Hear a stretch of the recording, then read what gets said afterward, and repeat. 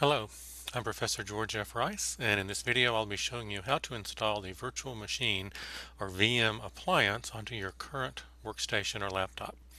While this is optional, this virtual machine will be used to test your projects and also includes all of the tools that you will need to accomplish your projects.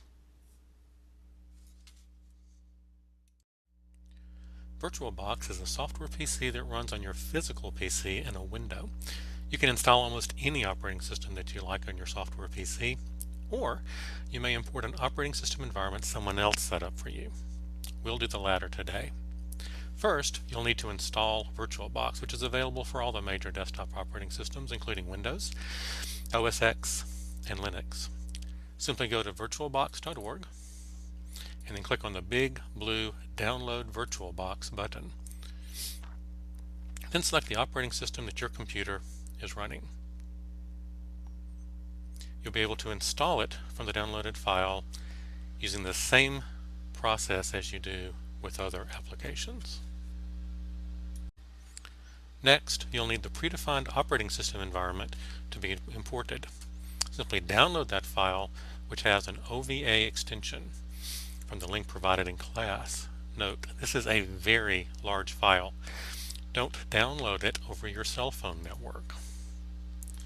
Instead, use a university network or other fast fiber network, or better yet, copy it from a friend's flash drive. I have one in my office if you'd like to stop by and make a copy during office hours. Okay, having installed VirtualBox and downloaded our VM appliance, let's get started. First of all, let's launch VirtualBox using whatever method your operating system offers. On the left, ignore that. On the left, you may find a list of existing VMs. If this is your first run, you probably won't have any of those there. On the right, you'll see the configuration of your virtual PC. Don't worry about that yet. Instead, let's import our appliance. Select File, Import Appliance, and then select your .ova file.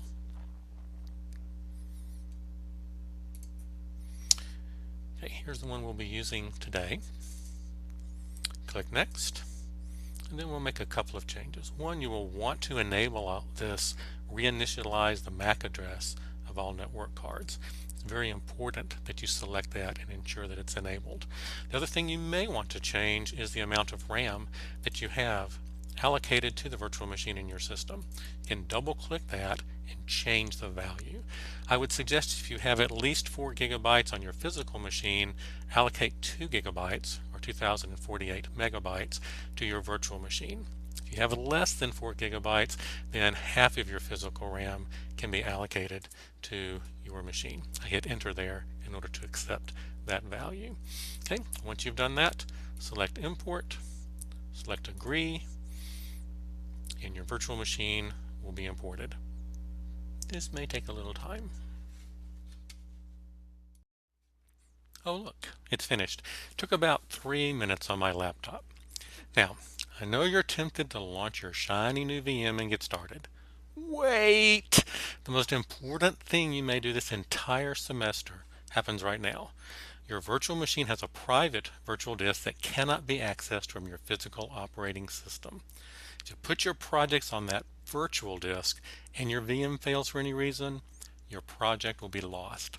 Happens every semester. Don't do that. Instead, we'll give permission for your virtual machine to access your physical disk. Any file that you change on your virtual machine will be instantly visible to your physical machine, and any file you change there in your physical machine will be instantly visible to your virtual machine. Imagine the possibilities. But most critically, if your virtual machine fails, you can simply import another one, as we just did, reconnect your shared folder, as we're about to do, and you've lost nothing but a few minutes. Do this. First of all, right-click on your new virtual machine and select Settings. You'll see a list of categories on the left in the resulting dialog. Select Shared Folders. You can see in the list of shared folders on the right, we don't have any yet. Instead, click over here where it says Add a New Shared Folder, this little folder with a plus on it, and we can select a folder on your physical machine where you put all of your projects. In my case, we'll put it in Documents. Select that folder. You can change the folder name that will be visible on your virtual machine if you like, or you can take the default that's here. Finally, make sure you leave read-only deselected, not selected, so that you can write data in your virtual machine to this folder. And to make sure you click Auto Mount. That just means when we boot our virtual machine, it will automatically include the shared folder. Click OK. Click OK. Now we have our virtual machine sharing the Documents folder on our physical machine. All right, now it is time to start our new virtual machine. Select it and click the big green Start button on the toolbar. In a moment, you'll see a new window open in your physical environment, and inside that window, you will see the operating system begin to boot after the splash screen, naturally. In our case, this will be a Linux machine based on Ubuntu 18.04. The 4 means April, the 18 means 2018. So this is a fairly recent addition of the Ubuntu environment. It also includes the LXDE desktop environment, so we sometimes call this Lubuntu. LDXE is very similar to Windows, so I don't think you'll have any problems learning how to navigate around in it. You'll see a few of these messages pop up. The auto capture keyboard option turns on. You'll see mouse pointer integration. That basically means you'll be able to integrate with the Linux machine without having to do a lot of hotkeying. You can select this icon here on the right and you won't see those messages again. Now, note that Windows applications don't run natively in Ubuntu, although most applications have Linux versions available as well. This includes code blocks and Visual Studio Code. They're available for Linux. I don't support setting up those environments under Linux because I'd like you to learn what's going on under the hood, so to speak, before you become dependent on relatively complex integrated development environments. The Ubuntu desktop. Down here in the lower left hand corner where you would find the Start menu under Windows, you will find, you guessed it, a Start window. Now LXDE is a very lightweight desktop. It uses very few resources because, let's face it, some students have very few resources to give it, and so it's kind of the no-frills version. Of particular interest to you is probably the Programming menu. Under here you'll find Umbrello, which is the UML Design Studio, as well as a debugger. You'll also find System Tools. Under System Tools, you'll see Software. That's the App Store, where you can add and remove software on the machine. If you download applications from the internet, as you would often do with Windows, and double-click the file that you download, it will have a .deb or .deb extension. The GW package installer is what we'll launch to install it. You can uninstall it later using the GW package manager from the System Tools folder. Preferences you can use to set up your environment the way that you like, although hopefully I've given you a pretty reasonable configuration here with which you can work. You'll find your browser for the internet under Internet Firefox. Yes, you can install Chrome if you like, break a leg. Accessories, you will find under here the gedit text editor, which is the one that I suggest you might want to start with. It also has another one called LeafPad, maybe a little less enthused. It also has VI and Emacs if you wanted to get into that partisan debate. Completely up to you. Now, where is your shared folder that I told you about? This folder over here with the SF underscore in front of it, that's your shared folder. Double click that and you should see exactly the same set of files and folders, almost exactly as you see under Windows in your Documents folder. Yep, those look pretty close.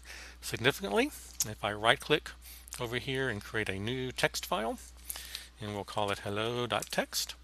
I come over here into Linux. I will have to press F5 to wake it up and cause it to refresh. Like I said, no frills environment. There is the file that I created on the Windows side. If I create a file here under Linux, we'll create an empty file and call it hello2.txt. And then I'll look under Windows. Here's hello2.txt sitting right where I left it. Okay. Now there's also a home folder. If you look here, you see a bunch of existing files, including a bunch of files starting with a dot. The dot means Generally, those are not visible unless you ask them to be. They're hidden files. But you'll notice this is not what you have in your shared folder. Don't put your projects here. You will lose them. Put them over here in SF documents, which you can select from the bar on the left. We also have a terminal, which you'll probably become somewhat familiar with this semester. Now, when you open your terminal, what you will find is that you are not in your shared folder. Again, you're in the home directory on the virtual disk. You don't want to be there. In order to get to your shared folder, you will say CD or change directory, just like in Windows's DOS shell, to media/SF, and then hit the tab key. Tab tells the command line environment here to try to figure out what it is you're looking for and finish it for you. So we'll go to SF documents, and once again, here's the files that are in our shared folder, including our hello and hello2.txt files. Learn more about the environment here, the bash environment, from bash in 5 pages. So we'll exit that. Finally, when it is time to shut down your environment, do not press this glorious Windows X button up here. Do not close the window that your virtual machine is running in. That's like ripping the battery out of your laptop. And Linux doesn't like that any more than Windows would. So instead, you're going to be very polite and go down to this power button in the lower right hand corner, mark shutdown. You have all the usual things you would expect, but if you click on the shutdown, it will now take your virtual machine, go through a nice shutdown process just as Windows or OS X would do, and leave you at this screen in VirtualBox. When you see powered off here, life is good, it is safe. You can now hit the Windows X and close out the virtual machine. Now, it's a brave new world. Learning new things is why you're here, and it's very good for you as well. So, have fun and learn Linux.